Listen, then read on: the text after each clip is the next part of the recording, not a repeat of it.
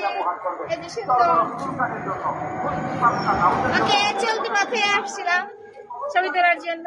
গোলাপ দেখেছি অনেক সুন্দর সুন্দর, এটা গেট অনেক সুন্দর, রাস্তা থেকে দেখা যায়।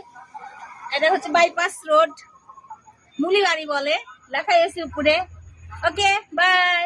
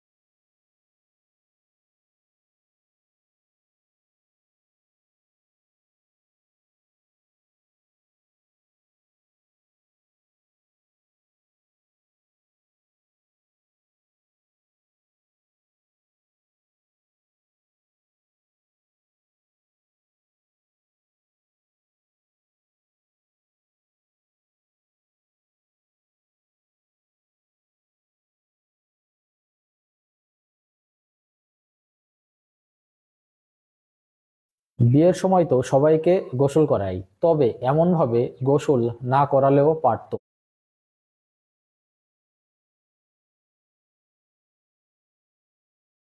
কয়দিন বাঁচবে?